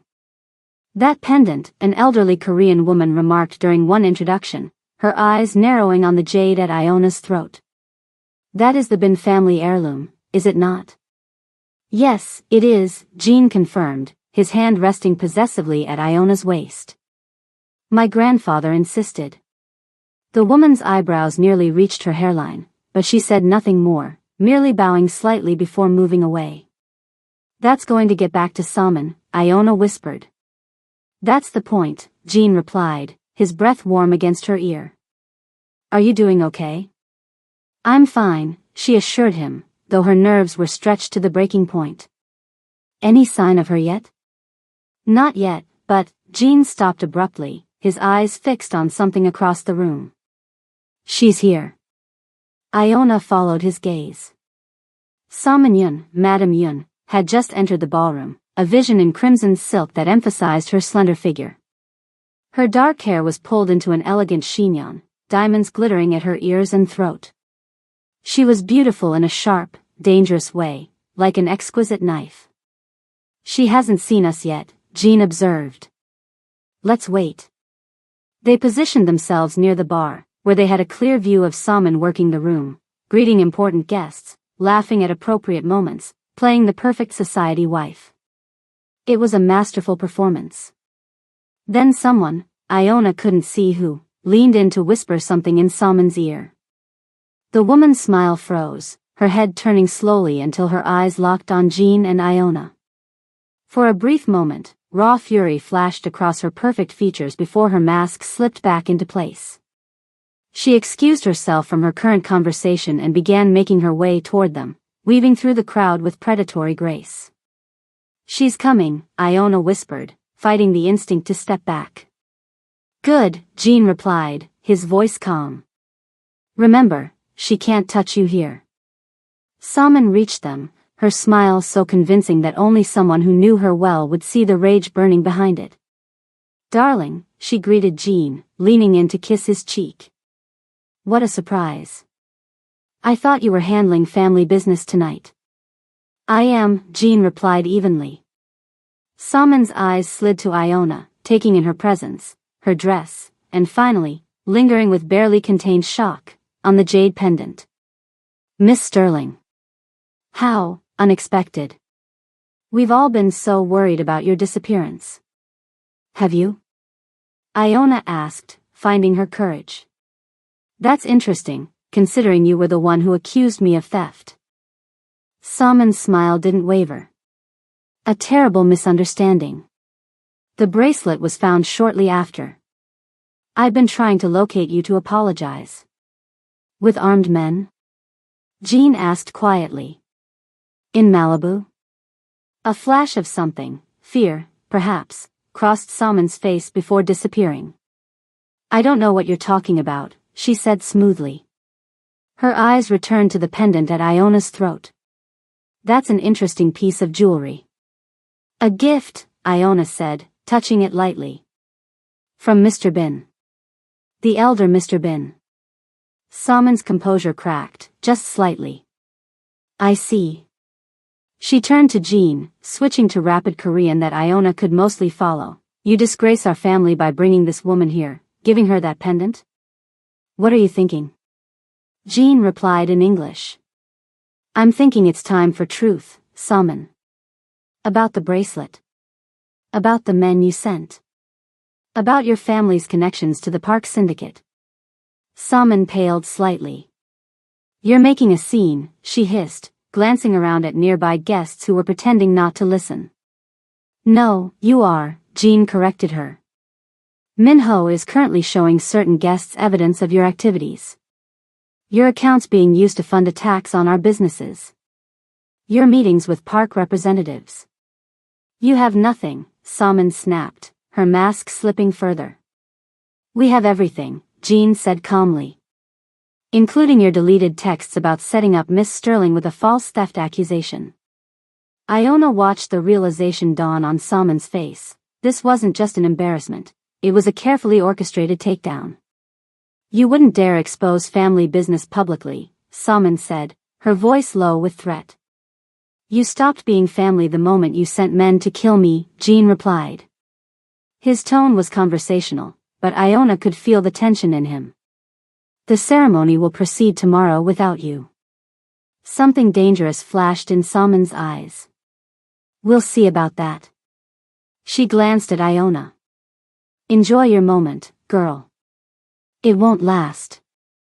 With that, she turned and walked away, her back rigid with fury. Iona released a breath she hadn't realized she was holding. That was intense. It's not over, Jean warned, watching Salmon speak urgently into her phone across the room. She's planning something. Should we leave? Jean shook his head. Not yet. We need to be seen by enough people to ensure the story spreads, that you're safe, that the theft accusation was false, that Salmon's credibility is damaged.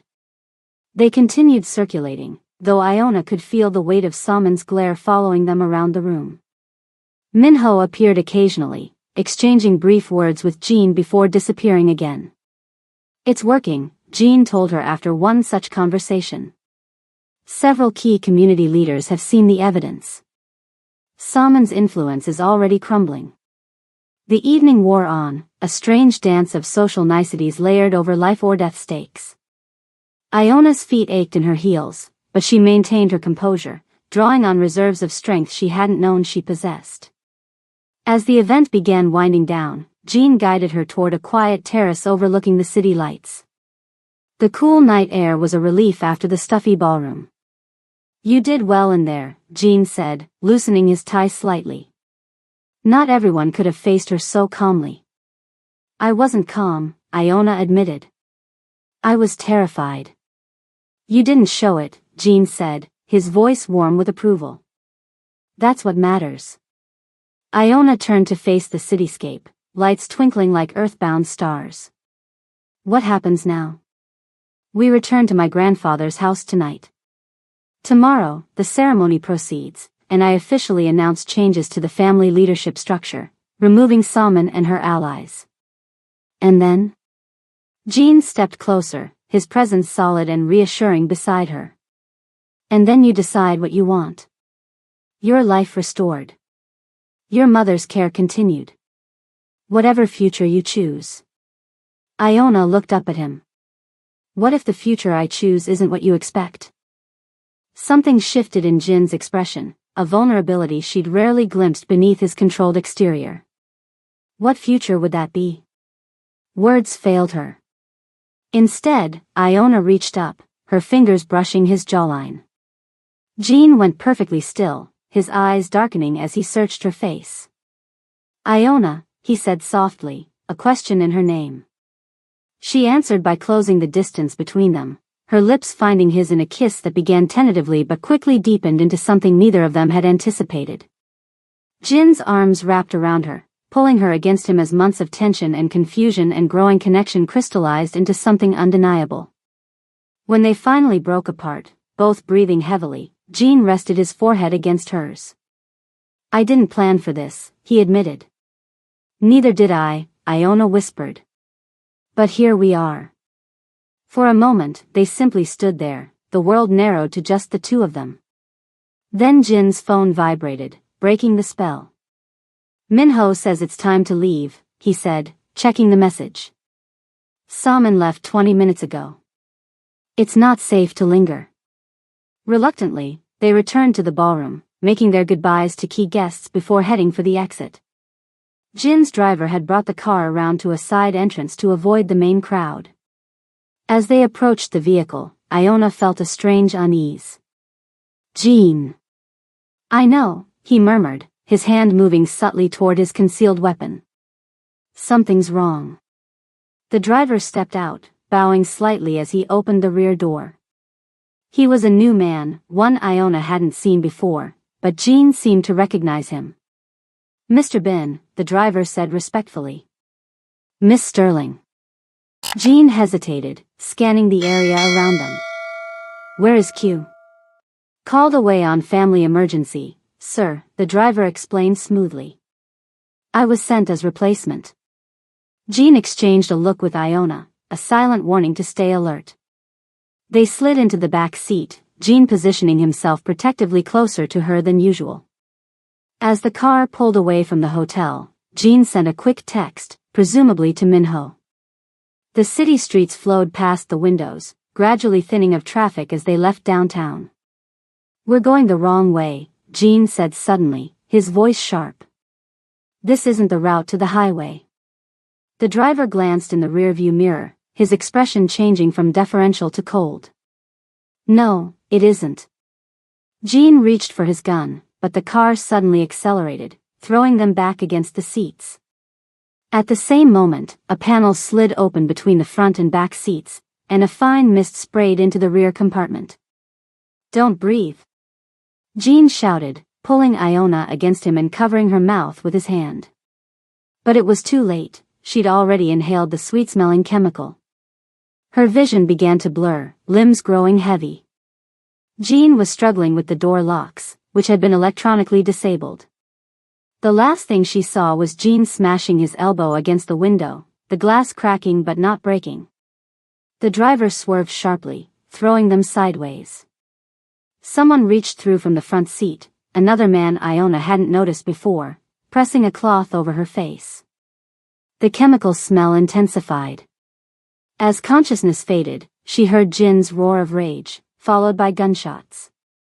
Her last thought before darkness took her wasn't fear for herself, but the realization that she'd fallen in love with the most dangerous man in Los Angeles. And now, that love might get them both killed. Cold. That was Iona's first sensation as consciousness slowly returned. Cold concrete against her cheek, cold air filling her lungs, cold fear crawling up her spine as memory flooded back. The gala. The confrontation with Salman. The kiss. And then, the car. The sweet-smelling chemical. Jin fighting.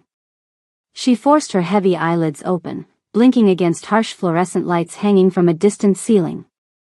She was lying on a concrete floor in what appeared to be an enormous warehouse. Stacks of shipping containers created a maze-like arrangement around her, and the faint smell of salt water told her they must be near the harbor. Finally awake, a familiar voice said. I was beginning to think they gave you too much. Iona struggled to sit up, her head pounding from the after-effects of whatever drug they'd used on her. Salman Yun stood a few feet away, no longer in her elegant gala dress but in a practical black pantsuit. Her hair was pulled back in a severe ponytail, all pretense of society wife abandoned. Where's Jean? Iona's voice came out as a rasp.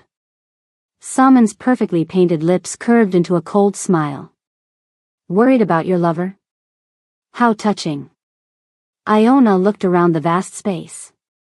Several men in tactical gear stood at a distance, weapons visible. There was no sign of Jean. If you've heard him, she began. You'll what? Salman laughed, the sound echoing off the metal containers. Look at yourself, Miss Sterling. You're in no position to make threats. Iona slowly got to her feet, fighting the wave of dizziness that threatened to send her back to the floor. She needed to stay calm, to think clearly. Jean had prepared her for this, had trained her for exactly this situation. Assess your surroundings. Identify exits. Look for potential weapons. Keep them talking. Why am I here? Iona asked, buying time as she scanned the warehouse. If Jean is who you want, why take me at all? Because you're the perfect bait, Salmon said, circling Iona like a predator. Jean has developed quite an attachment to you. Unexpected, but useful. You think he'll come for me? I know he will. Salmon stopped pacing. My husband has many qualities I despise, but loyalty is his most predictable weakness. Iona noticed a large digital clock on the warehouse wall, 2:17 a.m. The ceremony was scheduled for noon. This was all about stopping Jean from removing Salmon from power. This isn't just about me, Iona said, understanding dawning. Or even about Jean. This is about the ceremony tomorrow. Something flickered in Salmon's eyes, surprise, perhaps, that Iona knew about the ceremony. Clever girl, she said. Yes, the ceremony is inconvenient for my plans. Your plans to take over Jin's organization, Iona continued.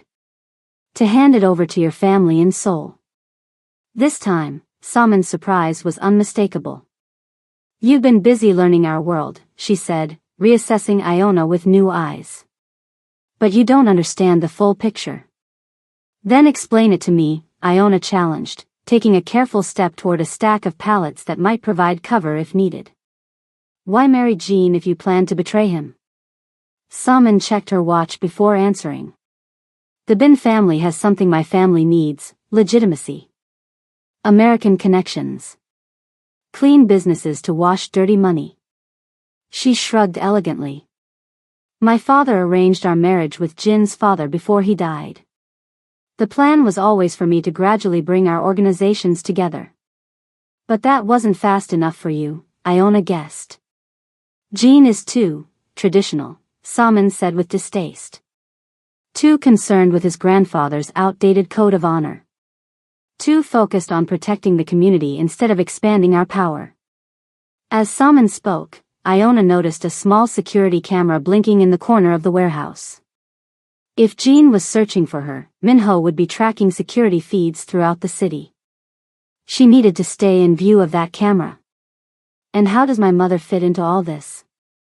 Iona asked, deliberately moving into better view of the camera. Salmon's eyes narrowed. Your mother was a loose end.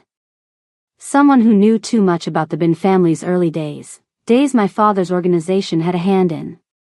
You're saying your family was involved with the Bins back then? As rivals, Salmon clarified. There was an incident, a conflict that your mother witnessed. If she ever came forward with what she saw, certain arrangements between our families would be complicated. The pieces clicked into place. That's why you were so determined to get rid of me when you found out who I was. You thought I knew something. Precautionary, Salmon said dismissively. But then Jean took such an interest in protecting you. It made me curious what you might be worth to him. A distant sound caught Iona's attention, a car door closing somewhere outside the warehouse. Salmon heard it too, her posture stiffening as she motioned to one of her men. It seems we don't have much time left for our chat, Salmon said, checking her watch again. Jean is more efficient than I expected. The man returned, whispering something in Salmon's ear that made her smile coldly. Perfect, she said. Bring him in. Iona's heart raced as the large metal door at the far end of the warehouse rolled open. Two armed men dragged in a figure whose head was covered with a black hood. The person's hands were bound, but even with the hood, Iona recognized Jin's build, his posture.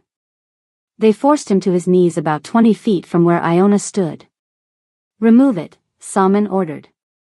One of the men yanked off the hood, revealing Jin's face. He had a cut above his eye and a split lip, but otherwise appeared unharmed. His eyes immediately found Iona's, relief washing over his features when he saw she was standing, apparently uninjured. Are you hurt? He asked her directly, ignoring Salmon completely. I'm okay, Iona assured him. They drugged me, but I'm fine. Jean nodded once, then finally turned his attention to his wife. This is beneath even you, Salmon, he said, his voice steady despite his position. Taking civilians to settle family business. Miss Sterling stopped being a civilian when you gave her my family's jade, Salmon replied sharply.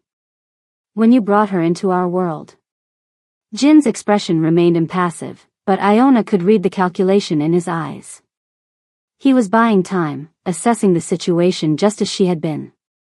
What do you want? He asked Salmon. Originally? Your shares in the company. Control of your territory. A smooth transition as the grieving widow. Salmon sighed dramatically. But you've complicated things by exposing me at the gala. So now I need something else. And that is? Your grandfather's seal, Salmon said. The one he'll use at the ceremony to transfer power. Jin's face betrayed nothing, but Iona saw his shoulders tense. The seal must be significant, perhaps the only way to legitimize the power transfer in the eyes of the community. It's not here, Jean said. It's with my grandfather. I know, Salmon replied calmly. That's why you're going to call him and tell him to bring it here. Now. Jean laughed, the sound echoing off the warehouse walls. He would never. He will if Miss Sterling's life depends on it, Salmon cut in, nodding to one of her men who immediately pressed a gun to Iona's temple. Iona froze, her breath catching. She could feel the cold metal against her skin, see the fury building in Jin's eyes. You have 1 hour, Salmon continued. Call him. Tell him to bring the seal alone. No security, no Minho. Just an old man and his precious heirloom. Jin's jaw tightened. And if I refuse? Then we find out if Miss Sterling's skull is as hard as her stubbornness suggests. Salmon nodded to another of her men, who placed a phone in front of Jean. Your choice. Iona caught Jin's eye, trying to communicate without words. They both knew bringing his grandfather here would be catastrophic, not just for the family business, but for the old man's health. There had to be another way. Jean seemed to understand. His eyes flickered briefly to something behind Iona, a fire alarm on the wall, partially hidden by a stack of crates. Let me speak to Iona first, Jean said to Salmon. Privately. Then I'll call my grandfather. How touching, Salmon mocked. A final goodbye? A chance to explain why I'm doing this, Jean countered. She deserves that much. Salmon considered for a moment, then nodded. 2 minutes. But my men stay within shooting distance. She signaled her guards to step back slightly, giving them the illusion of privacy while remaining close enough to hear everything. Jean rose slowly to his feet, his bound hands in front of him. As he approached Iona, she could see him subtly working at the restraints. I'm sorry, he said loudly, clearly meant for Salmon's benefit. Then, in a whisper only Iona could hear, fire alarm. Create chaos. I'll handle the rest. Iona nodded almost imperceptibly, her mind racing to formulate a plan. Jean, she said loudly, injecting a tremor into her voice. I don't feel well. She swayed slightly, one hand going to her head in a theatrical gesture while the other grabbed his arm for support. To anyone watching, it looked like she was dizzy from the drugs they'd given her. In reality, she was checking his pulse, assessing his physical state. Side effect of the sedative, she whispered, her lips barely moving. I'll fake a seizure. When I fall, go for the alarm. Jean squeezed her hand in acknowledgement. Time's up, Salmon called. Make the call, Jean. Jean turned away from Iona, facing his wife. I need a moment to think about what to tell him. There's nothing to think about, Salmon snapped. Tell him to bring the seal or the girl dies. Iona took her cue. She made a small choking sound, drawing everyone's attention. Then she began to tremble, her eyes rolling back. She's having a reaction to the drug, Jean shouted, moving toward her with convincing alarm. Iona collapsed, her body convulsing in a convincing imitation of a seizure. She'd seen enough of them during her nursing training to mimic the symptoms, the rigid limbs, the jerking movements, the labored breathing. The guard nearest her stepped back in surprise. Salmon moved closer, momentarily distracted. "What's happening to her?" she demanded. Jean knelt beside Iona. "She needs medical attention. The drug you used, some people have allergic reactions." In one fluid motion, Jin's hands came free from their restraints. He must have been working on them the entire time. He lunged past Iona toward the fire alarm, smashing his fist against the glass. A deafening klaxon filled the warehouse, and overhead sprinklers activated immediately, drenching everyone. In the chaos, Jean moved with lightning speed, tackling the nearest guard and wrestling away his weapon. Iona rolled behind a stack of pallets for cover as gunfire erupted. Through the spray of water and the flashing emergency lights, she saw Jean taking out one guard after another with ruthless efficiency. Salmon was screaming orders, backing toward an exit as her men formed a protective circle around her. Jean was outnumbered and outgunned, fighting his way toward Iona. A guard spotted her behind the pallets and raised his weapon. Iona didn't think. She grabbed a heavy metal pipe lying nearby and swung it with all her strength, catching him across the knees. He went down with a howl of pain, his gun skittering across the wet floor. Iona lunged for it, her fingers closing around the unfamiliar weight. She'd never fired a gun before, but Jean had taught her the basics. Safety off. Aim. Squeeze, don't pull. She didn't need to shoot. The presence of the weapon in her hands was enough to make the injured guard retreat, limping toward his colleagues. Through the chaos, she spotted Jean. He'd almost reached her position when 3 more men burst through a side entrance, reinforcements for Salmon. One of them raised what looked like an assault rifle. "Jean!" Iona screamed in warning. He turned, but too late. The man fired a burst that would have caught Jean directly if Iona hadn't acted on instinct, throwing the heavy pipe with surprising accuracy. It struck the shooter's arm, sending his bullets wide, most of them. Jean staggered, clutching his side where one bullet had found its mark. Still, he kept moving, firing back at the new attackers as he finally reached Iona's position. "Are you hit?" he gasped, pushing her deeper behind the pallets. "No," she said, eyes fixed on the growing bloodstain on his shirt. "But you are." "It's nothing," he said, though his face was pale beneath the sprinkler water. "We need to move. More men will be coming." A new sound cut through the chaos, a series of explosions from the far side of the warehouse. The concussions were powerful enough to shake the floor beneath them. "Minho," Jean said with grim satisfaction. Right on time. The explosions had breached the warehouse wall, creating a diversion that drew most of Salmon's men away from their position. Through the smoke and water, Iona could see figures moving in tactical gear, Jin's men, coming to their rescue. "We need to go now," Jean urged, pulling Iona toward the newly created exit. They ran in a crouch, using shipping containers for cover. Jean moved more slowly with each step, the blood loss clearly affecting him despite his determination. They were almost at the breach when Iona heard a shout behind them. She turned to see Salmon, alone now, her perfect appearance ruined by the sprinklers, pointing a gun directly at Jin's back. "Jean!" Iona cried out, but he was already turning, raising his own weapon. 2 shots rang out simultaneously. Salmon staggered backward, a look of shock on her face as red bloomed across her shoulder. But her bullet had found its mark too. Jean collapsed to his knees, blood spreading across his chest. Iona caught him before he hit the ground. "Jean! Jean, look at me." His eyes were unfocused, his breathing shallow. "Go," he whispered. "Minho will get you out."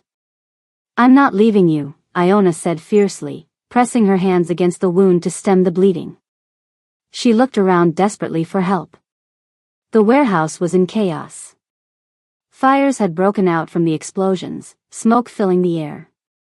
Minho and his men were engaged in a firefight with Salmon's remaining guards. No one was coming to help them. Through the smoke, Iona saw Salmon being dragged away by one of her men. Their eyes met briefly, hatred in Salmon's, determination in Iona's. Then they were gone. Iona turned her attention back to Jean. "Stay with me," she begged as his eyes fluttered. She needed to get him out, but she couldn't carry him, and the fire was spreading rapidly, cutting off their escape route. The warehouse was burning around them, exit routes disappearing with each passing second. "I can't carry you out," she whispered, tears mingling with the sprinkler water on her face. Jin's hand weakly caught hers, pressing something metal into her palm. "Car keys." "You don't need to carry me," he said, his voice barely audible. "You need to leave me. This is my gift to you. Freedom."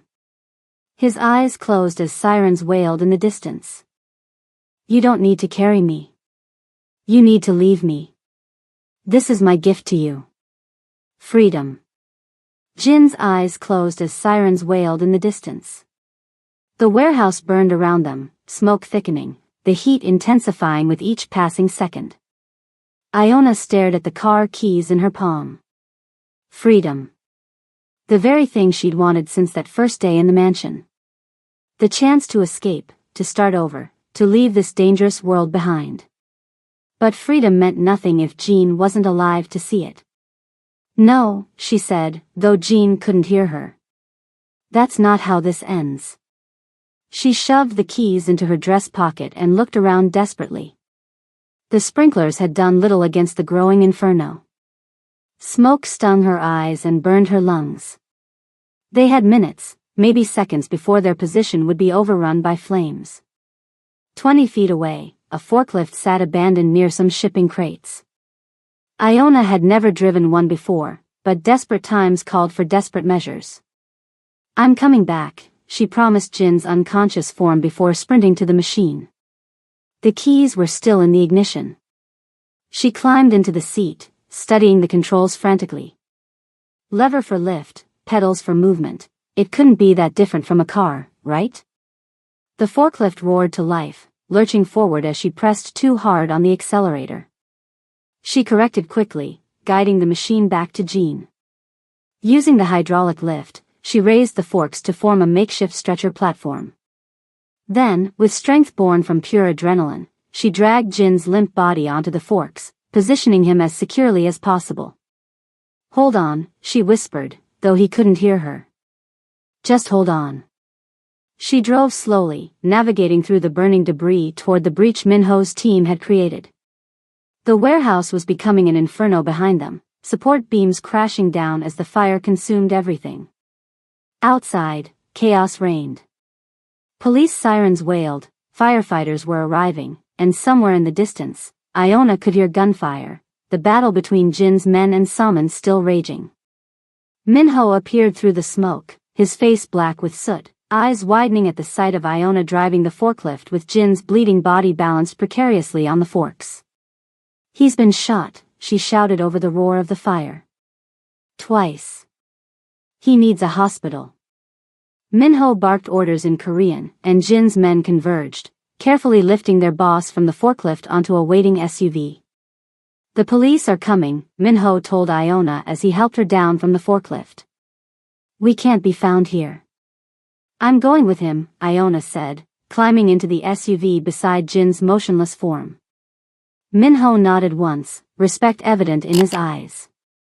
"You saved him," he said simply before shutting the door.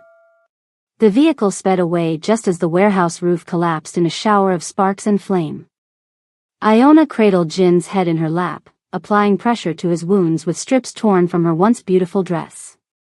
"Don't you dare die on me," she whispered fiercely. "Not after everything we've been through." His blood soaked through the fabric, warm and terrifying.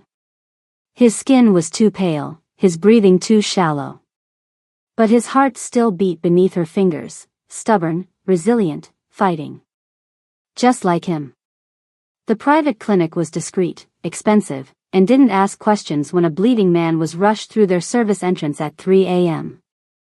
The staff moved with practiced efficiency, whisking Jean away to surgery while Iona stood in the hallway, her green dress ruined with smoke and blood. Mrs. Park arrived within the hour, bringing clean clothes and tearful embraces. Minho came and went, coordinating security, managing the aftermath of the warehouse battle, keeping the authorities at bay. Dawn broke as Iona sat in the waiting room, showered and changed but unable to rest. The jade pendant, somehow still around her neck despite everything, felt heavy against her skin. "Miss Sterling?" She looked up to see an elderly man with silver hair and a white coat. "Mr. Bin is out of surgery," the doctor said. "We removed 2 bullets and repaired the damage. He lost a lot of blood, but he's stable. He'll recover?" Iona asked, her voice small with exhaustion and hope. "He's strong," the doctor replied. "And he has something to live for."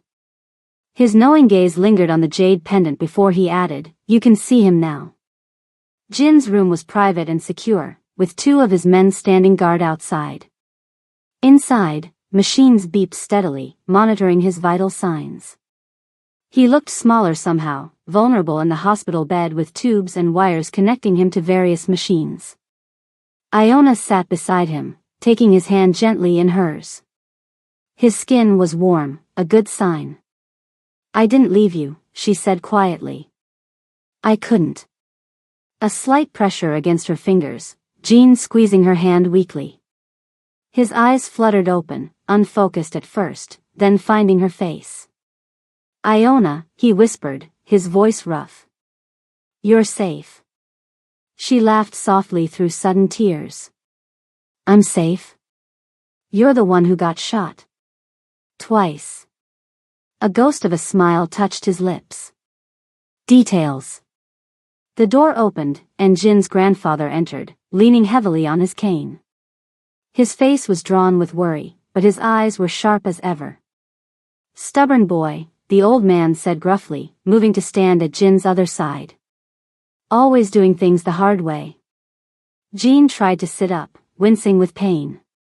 "Harabiaji, the ceremony has been postponed," his grandfather said firmly. "Your health is more important." "And Salman?" Jean asked, his voice hardening. Minho stepped into the room. "Wounded but escaped," he reported. "We're tracking her. Her organization is in chaos after last night. The evidence from the gala has already spread through the community," the old man added. "Her power is broken." Jean relaxed slightly, his eyes finding Iona again. "You saved me," he said, wonder in his voice. "With a forklift." Iona shrugged, embarrassed. "It seemed like a good idea at the time." "It was brilliant," Jean said, his eyes never leaving hers. Something passed between them, an understanding, a connection deeper than words. Jin's grandfather observed the exchange with knowing eyes. He placed a weathered hand on Iona's shoulder. "You have earned your place with us," he said solemnly. "If you want it." That was the question, wasn't it? Did she want this place, this world, this life? 3 days later, Jean was recovering well enough to sit up and handle limited business. The private clinic room had essentially become his temporary office, with Minho and other trusted lieutenants coming and going with reports and updates. Iona had barely left his side, sleeping on a cot the nurses had brought in, helping change his bandages, making sure he actually rested between meetings. "You'd make an excellent nurse," Jean observed as she checked his for. "That was the plan," she reminded him. "Before all this."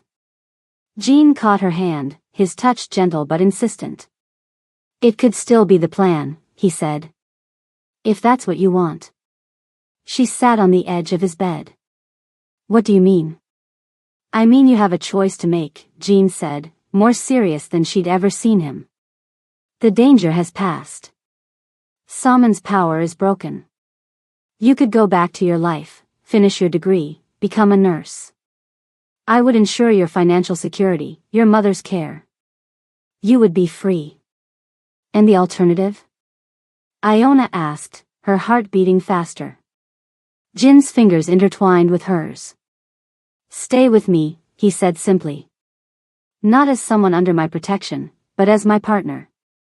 My equal. In your business? She asked cautiously. In everything, Jin replied, his eyes never leaving hers. I didn't plan for this, Iona. I didn't expect to. He hesitated, then finished, to fall in love with you. The words hung in the air between them, honest and raw and transformative. Your world is dangerous, Iona said after a moment. Yes. Complicated. Extremely. And not always legal, she added. Jin didn't deny it. I can't change who I am or what I've built, he said. But I can promise you this, you will always have a choice. Every day. Stay or go. I will accept whatever you decide, whenever you decide it. Iona touched the jade pendant at her throat. Your grandfather gave me this for a reason, didn't he? Jin nodded. In our family, jade is only given to those who carry our name. He was matchmaking, Iona realized. He was acknowledging what he saw before either of us did, Jin corrected. Iona stood and walked to the window, looking out at the city spread below.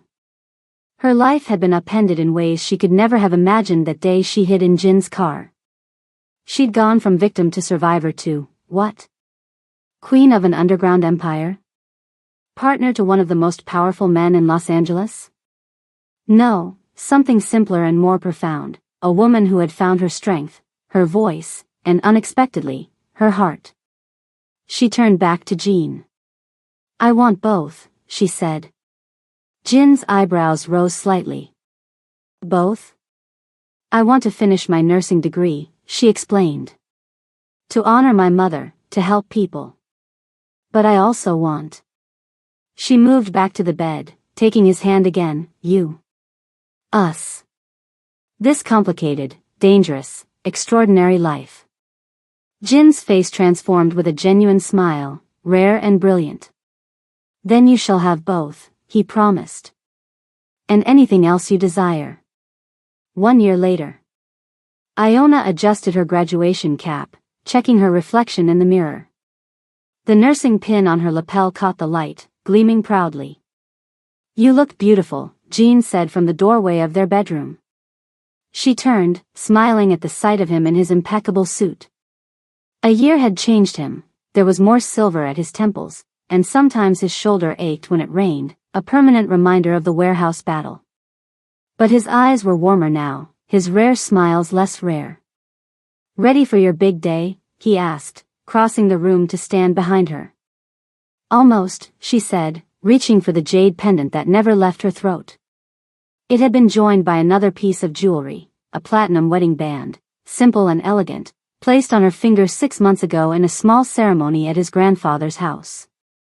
The day had been perfect, Mrs. Park crying happy tears, Minho standing solemnly as best man, Jin's grandfather presiding over the traditional ceremony with unmistakable pride.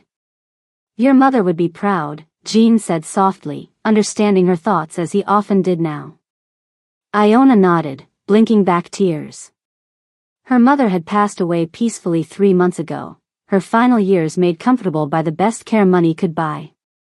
She had lived long enough to see Iona happy, to know her daughter had found her path. We should visit her afterward, Iona said. Tell her I finally finished. Of course, Jin agreed. The changes in their world went beyond their marriage. Jin had restructured his organization, moving more resources into legitimate businesses. The community work had expanded, scholarships for Korean American students, healthcare initiatives for immigrant families, legal aid for those who couldn't navigate the system alone. There was still the other side of the business, the parts that operated in shadows. Iona didn't delude herself about that. But she had made peace with the complexity of the man she loved, the world they shared. She had her nursing career 3 days a week at a community clinic Jin had founded. The rest of her time was spent helping Jin build something better than what came before, an organization that protected the vulnerable rather than exploiting them. Mrs. Bin, Jean said, using the name she had taken professionally as well as personally. Your graduation ceremony awaits. The cemetery was peaceful in the late afternoon light. Jean placed the flowers on Diane Sterling's grave as Iona watched, her graduation gown exchanged for a simple dress, her nursing pin still proudly displayed. I did it, Mom, she said quietly. Just like I promised. Jean stood slightly apart, giving her this moment. He had come to respect the strong woman who had raised Iona, who had fled his world but taught her daughter the courage that would eventually lead her back to it. When Iona had said all she needed to say, she joined him, slipping her hand into his. They walked slowly back toward the car, their steps in perfect rhythm. Happy? Jean asked simply. Iona smiled up at him. Yes. In ways I never expected. As they reached the car, Jin's phone buzzed with a message. He checked it, his expression changing instantly, something Iona had learned to recognize as trouble. What is it? She asked. Jean hesitated before showing her the screen, a photograph of Sam and Yun, smiling beside a man whose face was just out of frame. The timestamp showed it was taken yesterday. Impossible, Iona whispered. She's supposed to be in federal custody. In the year since the warehouse fire, Salman had been apprehended by authorities, her illegal activities exposed thanks to evidence Jean had provided. The last they'd heard, she was facing years in a federal prison. Jean took her hand, his grip tight with protection and promise. It seems, he said quietly, that our story isn't quite finished after all. Some say love found in dangerous places never lasts, but Jean and Iona proved that sometimes, protection turns into something much deeper. Their story reminds us that courage isn't about being fearless, it's about making choices even when you're terrified.